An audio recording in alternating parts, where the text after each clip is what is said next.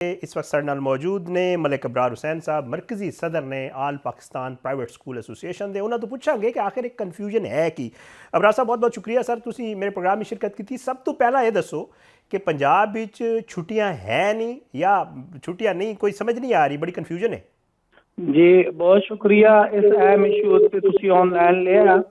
बुनियादी तौर पे ਜਦੋਂ ਸਰਦੀਆਂ ਦੀਆਂ ਛੁੱਟੀਆਂ ਹੋਈਆਂ ਸਨ ਤੇ ਪੰਜਾਬ हुकूमत ने ऐलान किया सी कि 12 तारीख तो स्कूल खुल जाएंगे, लेकिन वजीर तालीम साहब ने 2 दिन पहले सोशल मीडिया पे एक पब्लिक सर्वे करवाया और बकौल वजीर तालीम साहब के मैं इस नतीजे पहुंचे हैं कि स्कूल अली नहीं खोलने चाहिए। इस वास्ते उन्होंने एक नोटिफिकेशन बाकायदा करवाया वजारत तालीम को कि इंशाअल्लाह स्कूल 19 तारीख तो बाकायदा खुलनगे। ਹੁਣ क्योंकि स्कूलों के पहले वजीर तालीम 2 दिन पहले तक मुसलसल यही कह रहे सन कि 12 तारीख बाहर सूरत स्कूल खोल देते जाएंगे, मौसम जिस तरह का भी होया उसनू देख लिया जाएगा। लेकिन अचानक उन्होंने सोशल मीडिया पर जो सर्वे करवाया और ऐलान कर दिता कि स्कूल बंद रहेंगे और 19 तारीख को खुलनगे, तो यह बड़ा अभाम पैदा हो गया। इस ਜਿਹੜੇ ਤਾਲੀਮੀ ਇਦਾਰੇ ਵਾਲੇ ਹੈ ਸਨ और बड़ी तादाद वालदैन का यह ख्याल सी कि या तो वह पहले ही अपने रवैये च लचक रखते और कहते कि उस मौके देख लिया जाएगा, अगर सर्दियाँ ज़्यादा हुई तो फिर स्कूल नहीं खुलनगे और अगर सर्दी मुनासिब हुई तो स्कूल खुल जाएंगे। लेकिन उन्होंने जोड़ा एक जारहाना मोड सी उसने वालदैन भी और तालीमी इदारे के सरबराहान भी स्टूडेंट्स भी बड़ा अभाम मुबतला किया। बहरहाल बुनियादी तौर पर जोड़ा फैसला होया यही होया कि 19 तारीख तो दोबारा स्कूल खुलनगे और 19 तारीख तक तालीमी इदारे बंद रहेंगे। अच्छा अबरार साहब ये दसो कि मेरे सामने भी खबर है, तुसी भी सुनिया होएगा कि जोड़ा नोटिफिकेशन जारी होया सी वज़ीर तालीम साहब ने उहदी जोड़ा है तरदीद कर दी। उन्होंने कहा कि जी असी कोई नोटिफिकेशन जारी नहीं किया।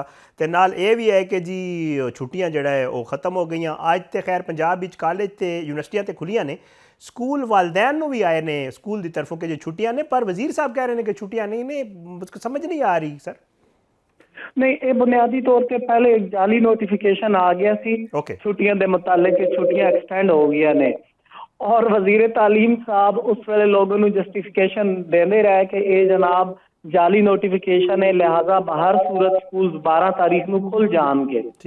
क्योंकि उन्होंने 11 तारीख को ही यानी इस इतवार सोमवार अज तो स्कूल खुलने सन, कल इतवार उन्होंने पिछले टाइम है फैसला किया कि स्कूल अज तो नहीं खुलनगे। इस तो पहले उस जाली नोटिफिकेशन का वो रद्द करते रहे ने। इस तो ये अभाम पैदा हो रहा और इस तालीमी इदारे के मालकान भी बड़े मायूस भी होए, बल्कि चूंकि पहले बारहा ऐलान किया जा रहे थे कि स्कूल बाहर सूरत खुल जाएंगे। लेकिन देखो ये अभाम अपनी जगह अहमियत रखता है, लेकिन इस तो वड्डी गल यह वे कि असी अज तक कोई मुनासिब कैलेंडर बना ही नहीं सके। वजीर तालीम साहब वैसे तो बड़े बुलंदोबालत दावे करते हैं, लेकिन उन्होंने इस चीज़ का अंदाज़ा होना चाहिए कि सर्दियाँ हुण जिहड़ी क्लाइमेट चेंजिंग है उसनू मद्देनज़र रखते हुए असी एक ऐसा एजुकेशनल कैलेंडर बनाना में कि तालीमी इदारे नू तुसी देर नाल खोल लो। सपोज स्कूल 8 साढ़े 8 बजे लगते हैं तो तुसी 10 बजे ला लो और तुसी 2 बजे की बजाय 3 बजे 4 बजे छुट्टी कर दो। लेकिन हुण ये तो नहीं पता कि सर्दियाँ कदों तक रहनगियां और हुण एक नवी जिहड़ी पेशन गोई सामने आई है वो तो ये आ रही है कि जनवरी का आखिरी हफ्ता शदीद सर्दियों का होएगा। हुण जनाब ये दस्या जाए कि क्या 19 तारीख को स्कूल खोल के फिर 4-5 दिन बाद दोबारा स्कूल बंद कर दिते जाएंगे? क्या ये सारे तजर्बात साडे पंजाब दे और पाकिस्तान दे बच्चों उत्ते कीते जाएंगे? भाई तुसी एक कैलेंडर मुरतब करो। अजकल तो पूरे साल का मौसम एडवांस पता चल जाता है। तुसी साइंस एंड टैक्नोलॉजी पहले ही इतने पिछे हो, उत्तों जेड़े तालीमी इदारे तालीम दे रहे हैं उन्होंने भी तुसी मुसलसल बंद रखोगे। साल पाकिस्तान टोटल 3 महीने तालीम का दौरानिया रह जाता वे। मैट्रिक के बच्चे FSC के बच्चे अपना कोर्स मुकम्मल नहीं कर पाते, तो जदों तालीमी इदारे अपना सैशन ही नहीं कंप्लीट कर पाएंगे सही तरीके नाल, तो उत्थे तालीम का बेड़ा गर्क होके रह जाएगा। देखो अज भी मैं देख रहा कि गर्मी दी छुट्टियां अनाउंस की जांदियां ने 2 महीने बाद 2.5 महीने फिर 3 महीने उन्हां दा हो जांदा वे ड्यूरेशन। तुसी देखो ਬੇਤਹਾਸ਼ਾ ਗਜ਼ਟਡ ਛੁੱਟੀਆਂ ਆਉਂਦੀਆਂ ਨੇ। ਇਹ ਵੀ ਤੁਹਾਡੇ ਇਲਮ ਵਿੱਚ ਹੋਏਗਾ ਕਿ ਪਾਕਿਸਤਾਨ ਵਿੱਚ ਅਚਾਨਕ ਸੜਕਾਂ ਬੰਦ ਹੋ ਜਾਂਦੀਆਂ ਨੇ, ਰਾਸਤੇ ਬੰਦ ਹੋ ਜਾਂਦੇ ਨੇ, ਬਾਹਰ ਤੋਂ ਕੋਈ ਮਹਿਮਾਨ ਆ ਜਾਂਦੇ ਨੇ, ਤਾਂ ਵੀ ਸਾਡੇ ਤਾਲੀਮੀ ਇਦਾਰੇ ਬੰਦ ਹੋ ਜਾਂਦੇ ਨੇ। ਇਲੈਕਸ਼ਨ ਹੋ ਰਹੇ ਨੇ ਤੇ ਟੀਚਰ ਵਿਚਾਰੇ ਡਿਊਟੀਆਂ ਤੇ ਲੱਗ ਜਾਂਦੇ ਨੇ। ਪੋਲੀਓ ਦੀ ਕੰਪੇਨ ਚੱਲ ਰਹੀ ਹੈ, ਟੀਚਰਾਂ ਦੀ ਡਿਊਟੀ ਲੱਗ ਗਈ। ਯਾਨੀ ਇਤਨੀਆਂ ਛੁੱਟੀਆਂ ਆਉਂਦੀਆਂ ਨੇ ਕਿ 3 ਮਹੀਨੇ ਮੁਸ਼ਕਿਲ ਨਾਲ ਸਾਡਾ ਸੈਸ਼ਨ ਰਹਿ ਗਿਆ।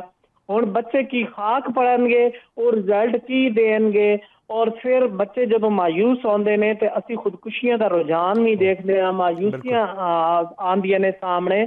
ਲਿਹਾਜ਼ਾ ਕਲਾਈਮੇਟ ਚੇਂਜ ਨੂੰ ਮੱਦੇਨਜ਼ਰ ਰੱਖਦਿਆਂ ਹੋਇਆਂ ਇਸ ਤਰ੍ਹਾਂ ਦਾ ਸ਼ੈਡਿਊਲ ਬਣਾਉਣਾ ਚਾਹੀਦਾ ਕਿ ਸਖਤ ਗਰਮੀਆਂ ਸੁਬਹ ਜਲਦੀ ਤਾਲੀਮੀ ਇਦਾਰੇ ਲਾ ਦਿੱਤੇ ਜਾਵਣ ਔਰ 10:30 11, ਕਿਉਂਕਿ ਤੁਹਾਨੂੰ ਪਤਾ ਸਰਦੀਆਂ ਤਾਂ 4 ਵਜੇ ਸੁਬਹ ਹੋ ਜਾਂਦੀ ਹੈ, ਤੁਸੀਂ 5 ਵਜੇ ਉਸ ਵੇਲੇ ਤਾਲੀਮੀ ਇਦਾਰੇ ਲਾਓ ਔਰ 5 ਘੰਟੇ ਬਾਅਦ 10 ਵਜੇ ਜਦੋਂ ਗਰਮੀ ਸ਼ੁਰੂ ਹੁੰਦੀ ਹੈ ਤਾਂ ਤੁਸੀਂ ਤਾਲੀਮੀ ਇਦਾਰੇ ਬੰਦ ਕਰ ਦਿਓ। ਸਖਤ ਸਰਦੀਆਂ ਜਦੋਂ ਸੂਰਜ 7:15 ਤੋਂ 7:30 ਦੇ ਦਰਮਿਆਨ ਅੱਜ ਕੱਲ ਨਿਕਲ ਰਿਹਾ, 7:15 ਵਜੇ ਨਿਕਲਦਾ ਹੈ, ਤੇ ਤੁਸੀਂ 3 ਘੰਟੇ ਬਾਅਦ ਸਕੂਲ ਲਾ ਲਓ। 10 ਵਜੇ ਤੁਸੀਂ ਸਕੂਲ ਲਾ ਲਓ ਤੇ ਤੁਸੀਂ 3-4 ਵਜੇ ਛੁੱਟੀ ਦੇ ਦਿਓ ਤਾਂ ਕਿ ਤਾਲੀਮ ਦਾ ਜਿਹੜਾ ਅਮਲ ਹੈ ਤਾਤੁਲ ਦਾ ਸ਼ਿਕਾਰ ਨਾ ਹੋਵੇ। ਕਿਉਂਕਿ ਅਗਰ ਮੁਸਲਸਲ ਬੱਚੇ ਤਾਲੀਮ ਤੋਂ ਬਾਹਰ ਰਹਿੰਦੇ ਨੇ, ਤਾਲੀਮੀ ਇਦਾਰਿਆਂ ਤੋਂ ਬਾਹਰ ਰਹਿੰਦੇ ਨੇ ਤੇ ਮੁਲਕ ਵਿੱਚ ਪਹਿਲੀ ਤਕਰੀਬਨ 3.25 ਕਰੋੜ ਬੱਚਾ ਆਊਟ ਆਫ ਸਕੂਲ ਹੈ। ਮਜ਼ੀਦ ਇਸ ਤਰ੍ਹਾਂ ਬੱਚੇ ਤਾਲੀਮੀ ਇਦਾਰਿਆਂ ਤੋਂ ਦੂਰ ਹੋ ਜਾਂਦੇ ਨੇ, ਬੱਚੇ ਛੁੱਟੀਆਂ ਦੇ ਆਦੀ ਹੋ ਜਾਂਦੇ ਨੇ, ਉਹਨਾਂ ਦੀ ਬੁਨਿਆਦਾਂ ਕਮਜ਼ੋਰ ਹੋ ਜਾਂਦੀਆਂ ਨੇ, ਉਹ ਫਿਰ ਸਕੂਲ ਖੁਸ਼ੀ ਨਹੀਂ ਜਾਂਦੇ।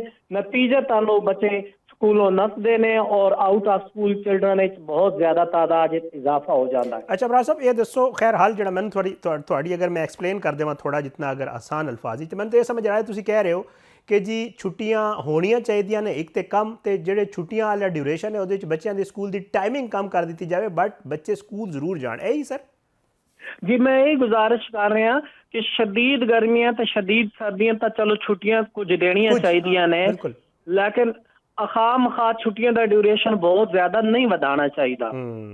ਠੀਕ ਹੈ।